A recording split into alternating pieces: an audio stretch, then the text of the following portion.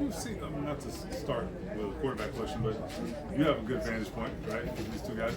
Have you seen them kind of grow throughout this camp? And they hope to make each other better, what the coaches says. Do you think that's happened? Yeah, for sure. I mean, like I always say, competition is the best in people. So I think for them, just knowing that they're kind of competing against each other just kind of makes them, in a sense, want to do better. I mean, as a team, we kind of just, it's part of the game. Everybody's kind of in competition with everybody. So just knowing that, it'll bring the best out of both of them, kind of the best for the team.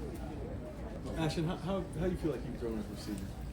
I mean, personally, just staying consistent year in, year out. I mean, it's year 7, so, just you kind of figure out a routine for yourself as the years go on. I think for me, just kind of knowing my role in this offense and on this team just kind of helps me as a sense in helping this whole entire organization.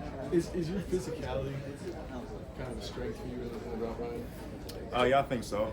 Just knowing that I'm a bigger receiver in a sense, so just making that kind of like my superpower, and then just going and playing off of that with my speed as well. So I think that helps. Tyler Goodson was saying the other day that he was asking you for advice about special teams, and you kind of just told him, listen, you just got to go. Can you bring that same mentality to receiver? Yes and no. I mean, you got to know when to do it. Because as a receiver, with certain coverages it may take, not full speed, but a controlled type of speed. And just knowing that you're reading the defense at the same time. And you and the QB got to be on the same page. So I think for us, as receivers, it's kind of different mode too. But on special teams, it's kind of, it's always higher for kind of go. In addition to telling Tyler, you just got to go, is there any advice you give to just some of these other young guys that kind of see that their path to make a team is through special teams and are fighting that battle? But just when you think back to when you were in their shoes, like what kind of advice do you offer those guys? Just sticking to it, knowing that everybody pretty much goes through that special teams phase, just trying to figure out their role in the team.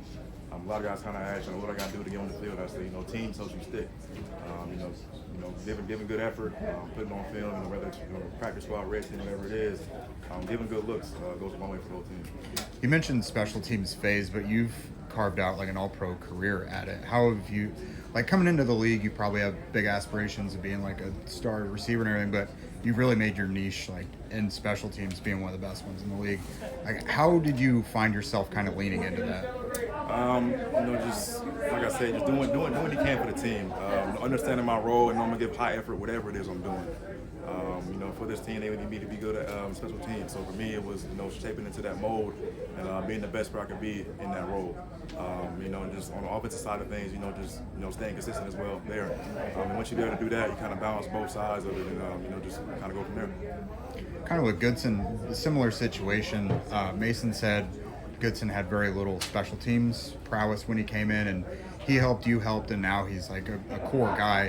How have you seen him grow over these last few years? Goody's been great. Great teammate to be around.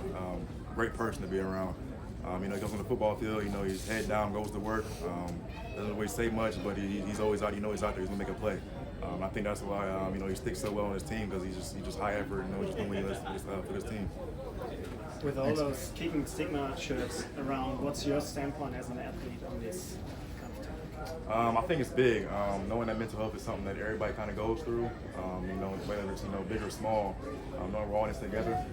Knowing that just the biggest thing is if you're not okay, it's okay not to be okay. Just speaking up for what it is that's right in our mental health. I think is big for everybody.